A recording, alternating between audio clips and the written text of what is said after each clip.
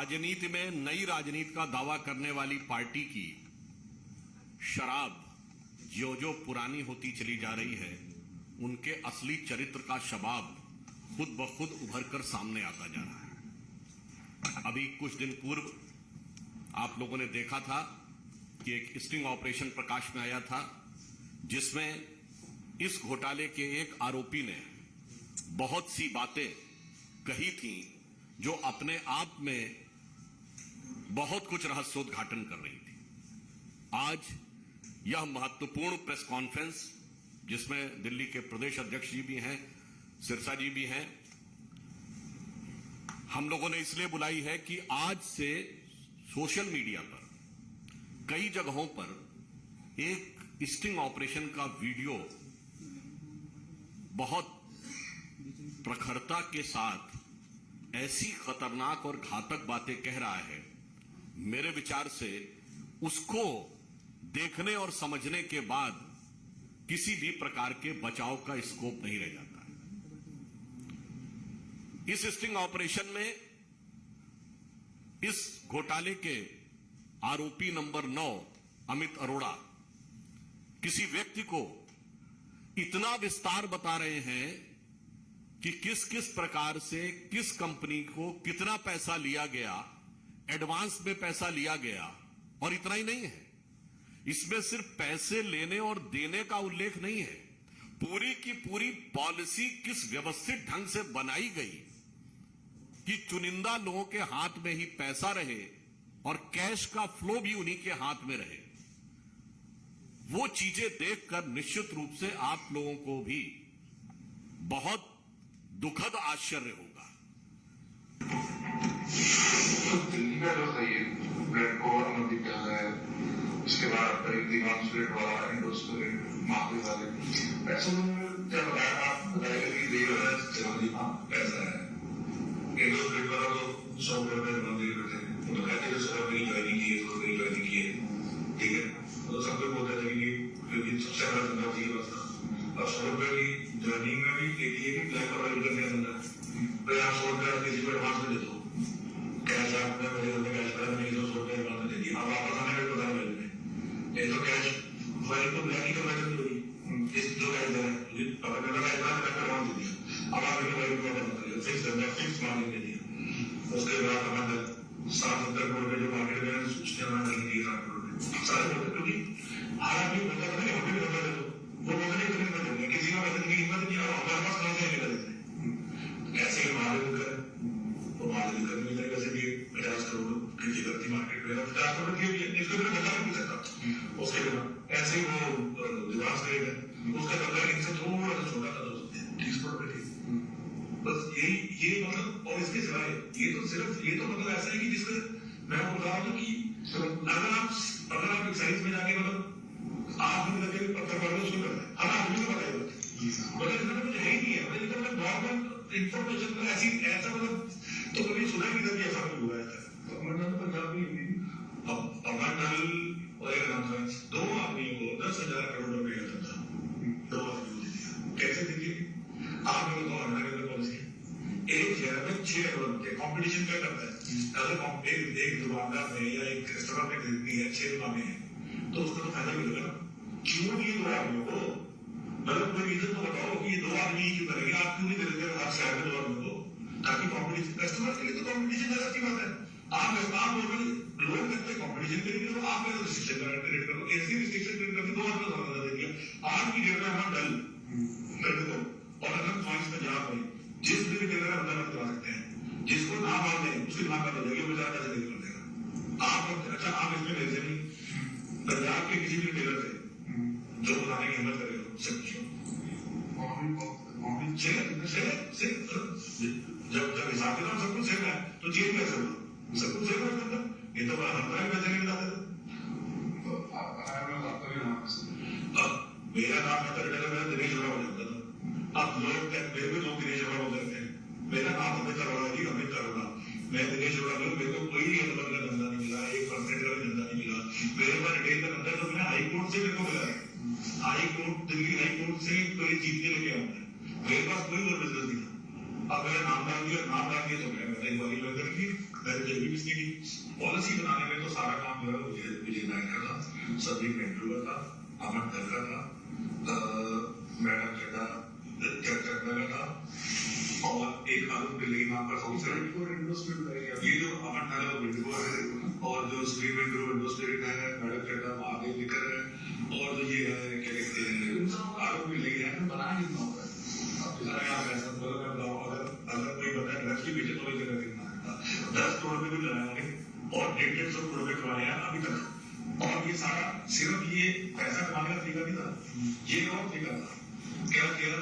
100 करोड़ में एडवांस दे दिए कैश में, इन्होंने 100 करोड़ अपने इलेक्शन में लगा दिए, कहीं भी पंजाब में इलेक्शन में लगा दिए, गोवा में लगा दिए। लेकिन अब जब वो पैसा वापस आया, पहली पॉलिसी है जिसके अंदर लिख दिया कि इस पैसे को आपको 12% लेना ही पड़ेगा। नहीं तो क्या होता है, डिस्ट्रीब्यूटर और एक रिटेलर का या डिस्ट्रीब्यूटर और एक कंपनी का रिलेशनशिप को दोनों आपस में ट्रेड करते हैं। अगर आप टीवी के डिस्ट्रीब्यूटर हैं तो कोई सरकार नहीं बताती कि कितना पैसा ट्रेड होगा, ये तो उन्होंने डिसाइड कर दिया, 12% फिक्स कर दिया। अब एक आदमी 10 करोड़ रुपए लगाए और हर महीने 10 करोड़ रुपए,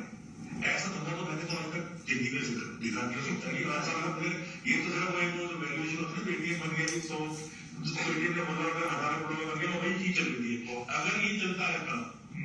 तो ये हजारों करोड़ रुपए का फ्रॉड था। ये तो सरकार के बीच में पता चल गया, मतलब इतना ओपन फ्रॉड था कि एक्साइज के पीएम को पता है क्या होगा। मतलब इन्होंने क्या किया, सारी दुनिया को मार दिया और सिर्फ कुछ लोगों को जिंदा कर दिया। सारे रिटेलर पुराने मार दिए बेचारे, सारे लोगों को मार दिया। तो आई लगी थी सारे पहले एक बार सोचो, वो भी पहले एक बार सोचो, पहले 10 लाख रुपया लाइसेंस था होलसेल का, इन्होंने 5 करोड़ कर दिया पूरे हिंदुस्तान में। पूरे हिंदुस्तान में कई जगह 5 करोड़ लाइसेंस हो। क्यों कर दिया, ताकि छोटा प्लेयर रजिस्टर करे। 10-12 लोगों ने जब कर लिया, 4 छोड़ गए, 3 छोड़ गए। क्यों, क्योंकि छोटा प्लेयर को 5 करोड़ की फीस ही नहीं सकती,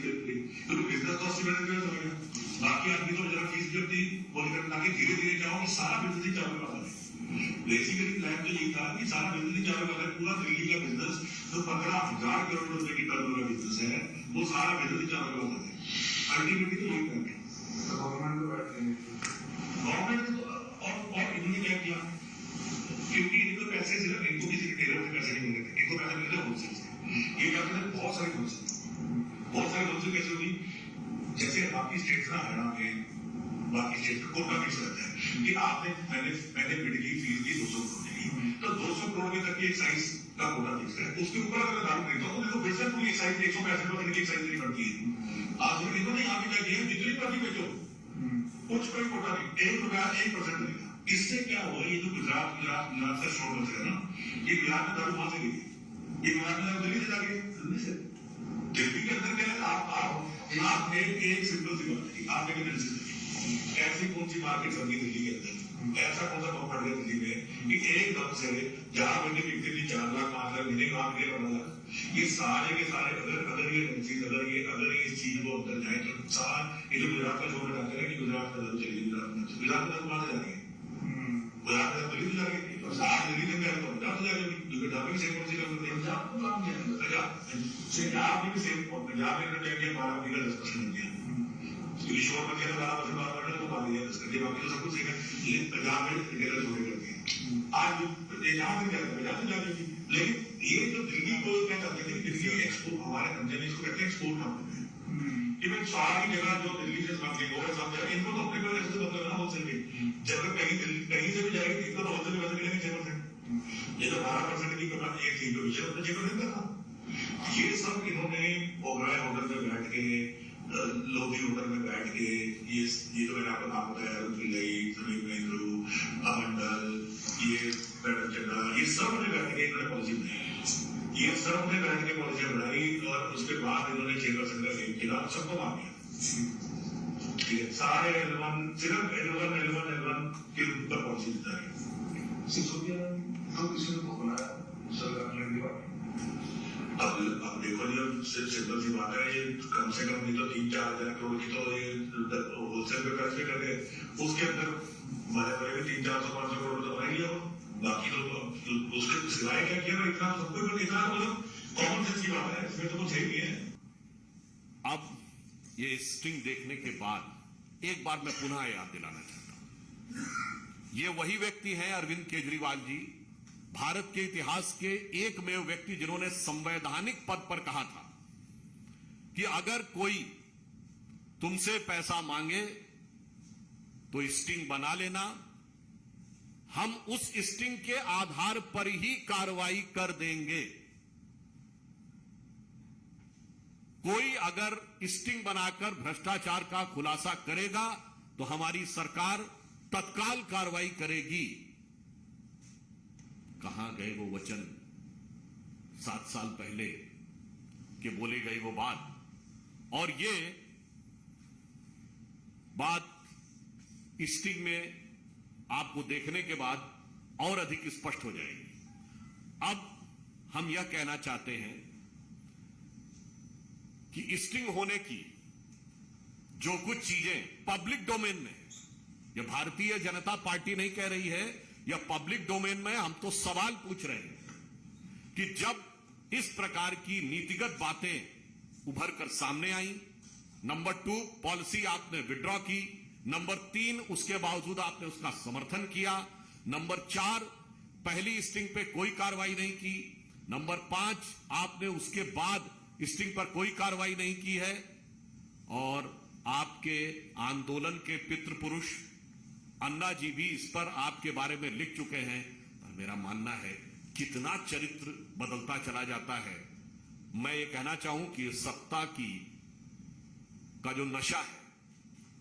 जिसमें आज आम आदमी पार्टी सवार है, उसने उसके चरित्र को जितना बदला है, भारत की राजनीति में शायद 7-8 वर्ष के कालखंड में किसी पार्टी का इतना चरित्र बदलते हुए नहीं देखा।